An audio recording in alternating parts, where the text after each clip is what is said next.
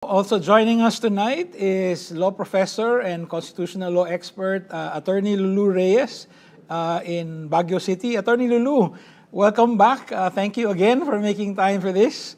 What are your initial thoughts on the prosecution's presentation of the second witness and the defense's cross-examination, which apparently is still only halfway done?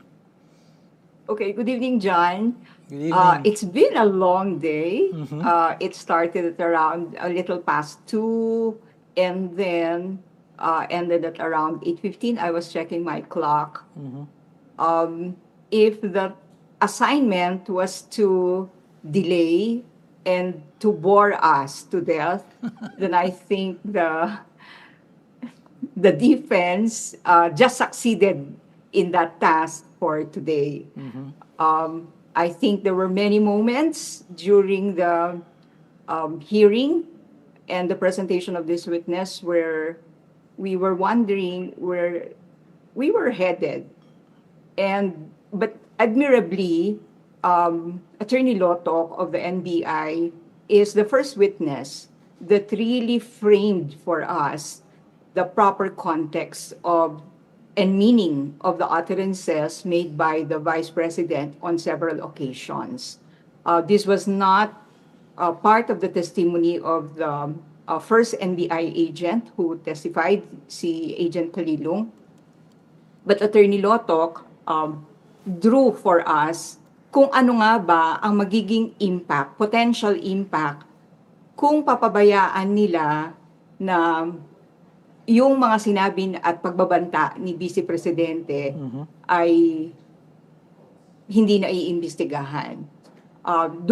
Sa kanya natin nakita for the first time na meron palang national security impact yung mga sinabi ni Vice Presidente. Hindi lang to ordinary na banta sa buhay niya, pero pwede din palang gamitin ito ng mga pwersang hindi nila hindi kasanib ng presidente or laban sa presidente or even mga enemies of the state. This can be used in order to, in fact, assassinate the president and therefore sow chaos in the Philippines. Alam naman natin na marami talagang gulo now, na very divided ang ating bansa, and assassination at the highest level would in fact trigger more violence and in fact lead us to chaos. So the peace and order would be disrupted and seriously threatened. Siguro doon natin ibalik yung usapin, and ito, in today's hearing, nakita na natin kung ano talaga ang proseso ng korte. Because the impeachment court or the Senate as an impeachment court has in fact treaded the very difficult waters of a regular court in the judiciary. And I think that's not really the proper way to conduct this impeachment. First and foremost, I think the Senate President or the presiding officer gave too much leeway on the cross-examination conducted regarding the documents, the affidavit of investigation, the investigation data form. Surely there were lapses, administrative in character, in the accomplishment or filling out of these documents. But at the point where the cross-examination was already if I say harassing the witness as to who might have altered the dates and asking him repeatedly for explanations as to why there were discrepancies, I think the presiding officer sort of sided unnecessarily with the defense on that part. Why? Because after the witness said that he's not competent, he has no knowledge, or he does not know why the dates are different, or that he believes that there are typos, it should have been left at that. The witness was already suggesting that some other witness can be called to explain that. So to me, imagine 3 hours of cross-examination leading to no point at all. We were not brought back to the main issue at hand. The main issue at hand is, did the Vice President commit a culpable violation of the Constitution? Did she commit a betrayal of the public trust? Did she commit high crimes? Masyado tayong, I think, na-obsess, and whether that is a deliberate misalignment or niligaw tayo, nilihis tayo, I don't know.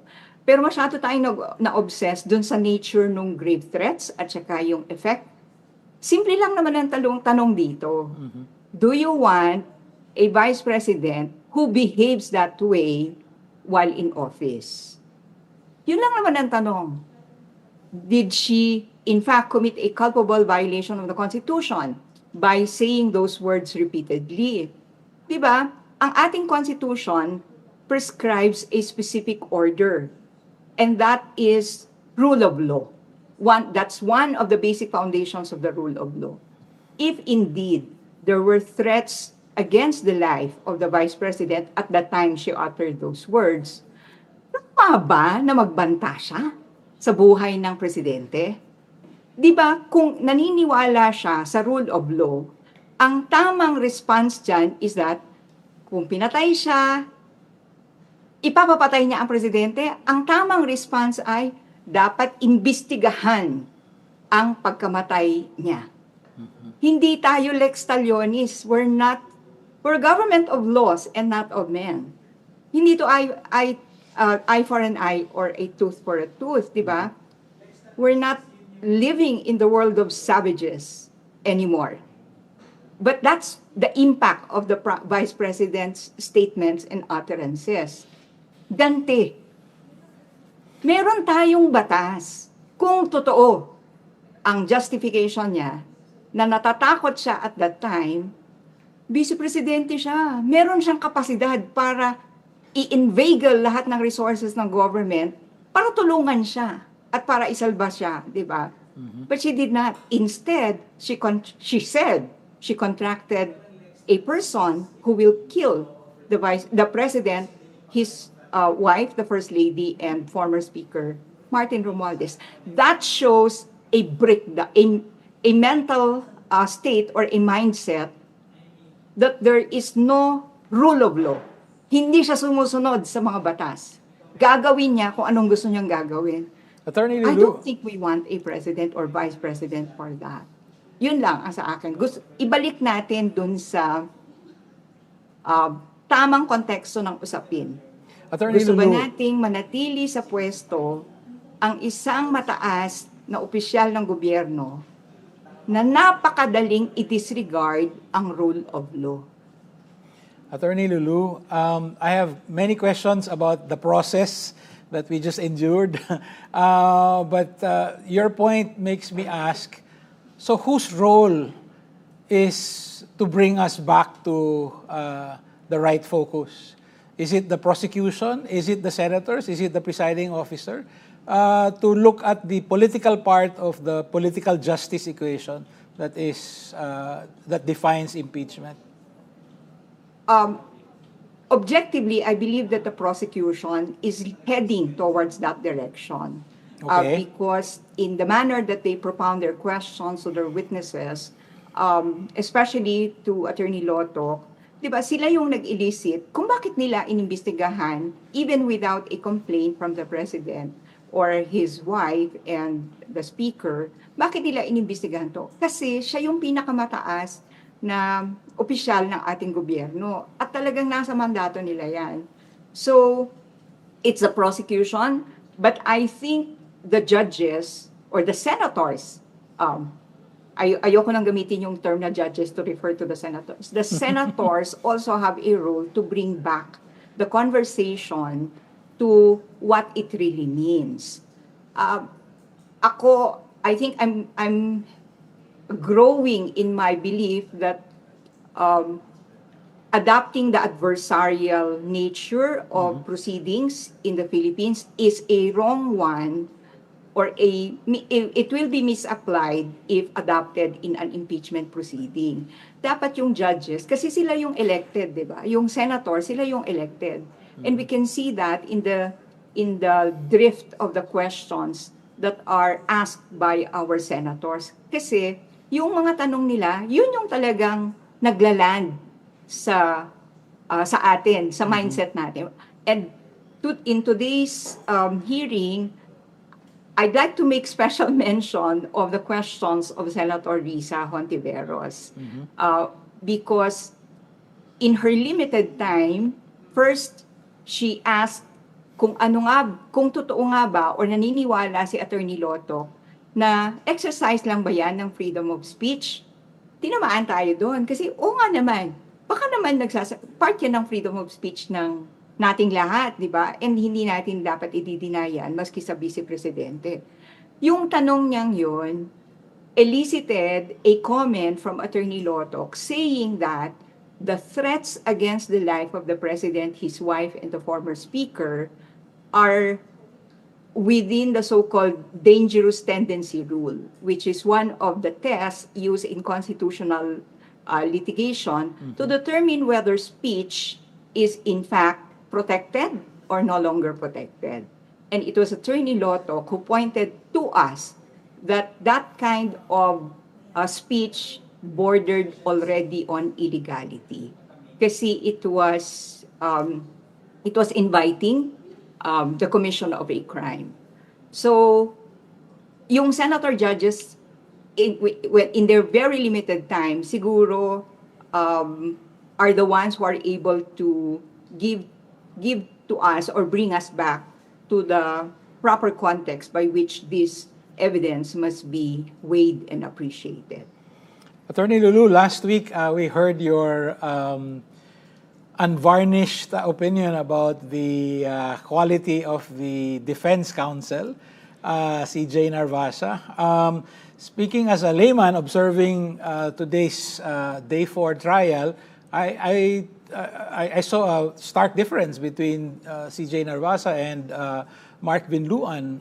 May I have your unvarnished opinion on the defense counsel? Pwede ko ba sabihin na pogi lang siya? I don't know. Does that have a legal bearing? Oh, okay. He looks pleasant, but he's more prepared than compared to the previous one. And we can see that the degree of his preparation by the amount of scrutiny he devoted to inconsistencies in the statements made by the witness, and the discrepancies on the documents, di ba? That takes diligence, extraordinary diligence, to pour through various documents and then compare them with one another.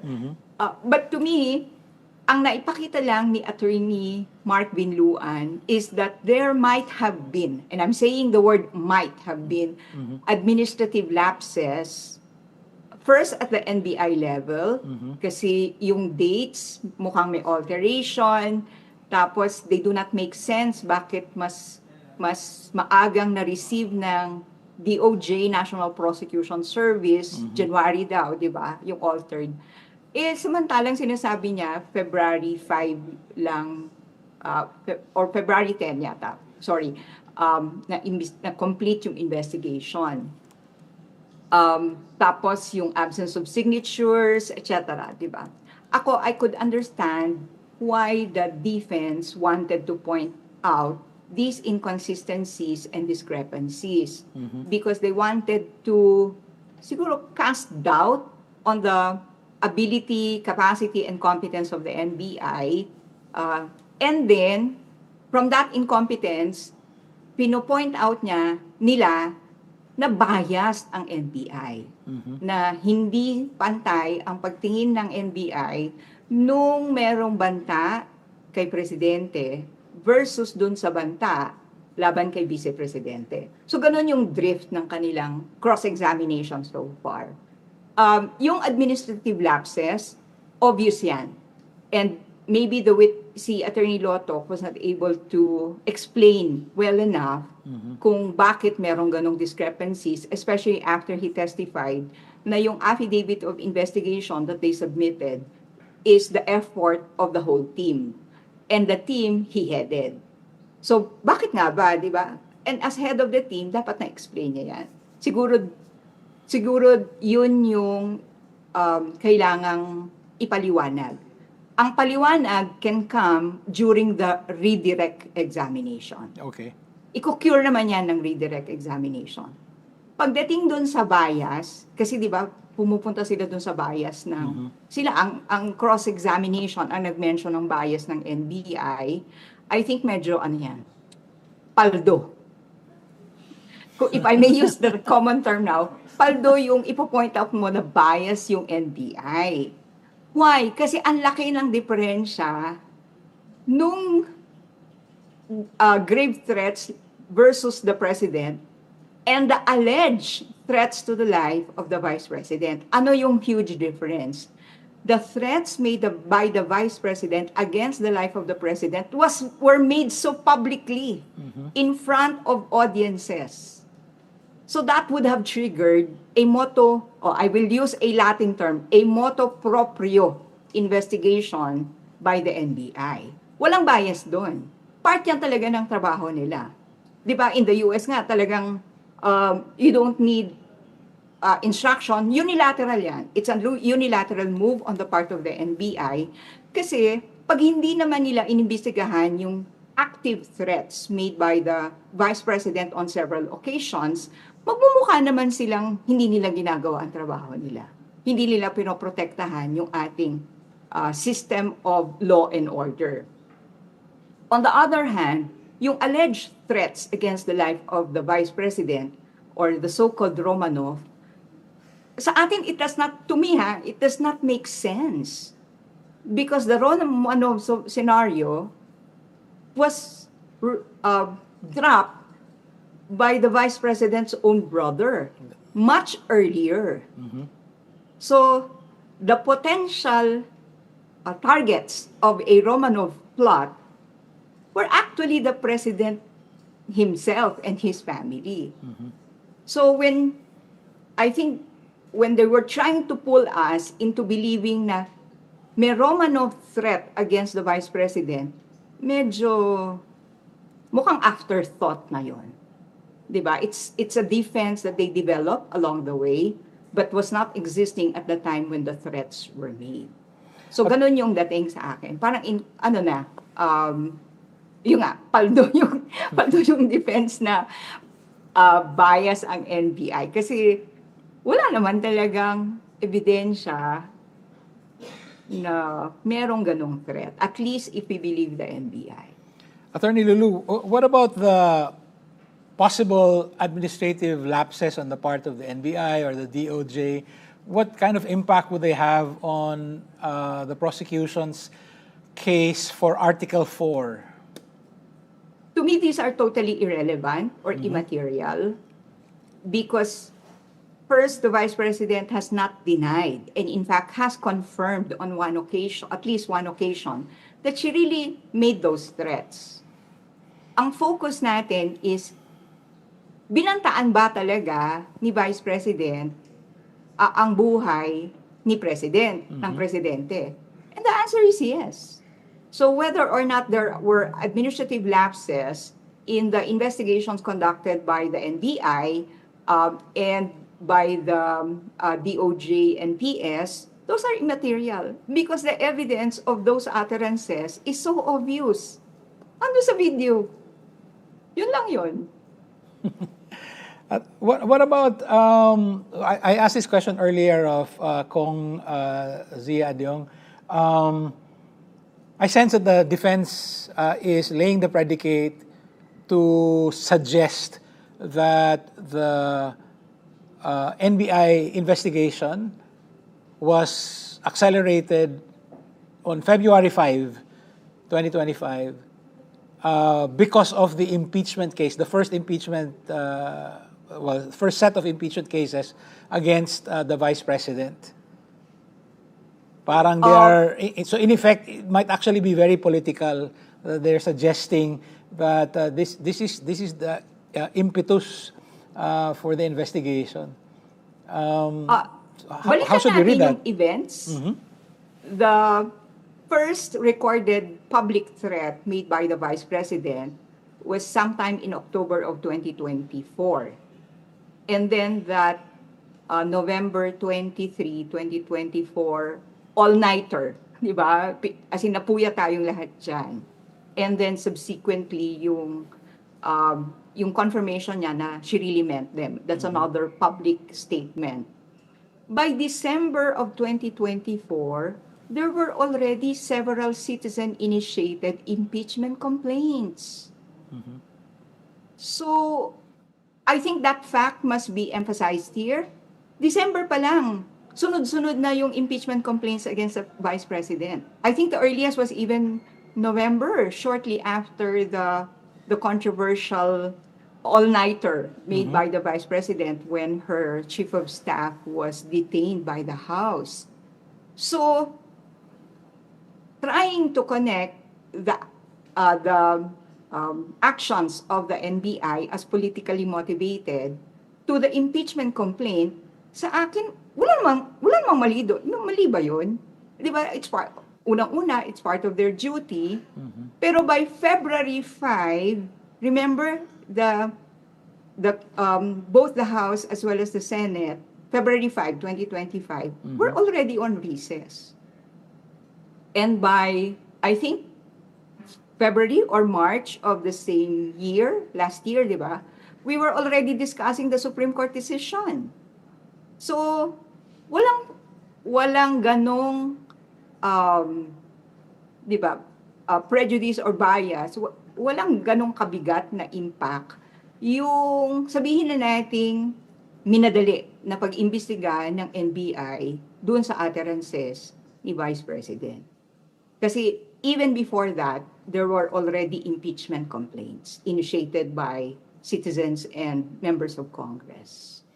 Attorney, while we still have you, a couple of questions related to language. No? So this was raised earlier because Mark Binduan protested the extended use of waray-waray by Attorney Ligutan. So why speak in Cebuano or waray-waray in the first place in the impeachment? I mean, it would be nice if you could understand them, but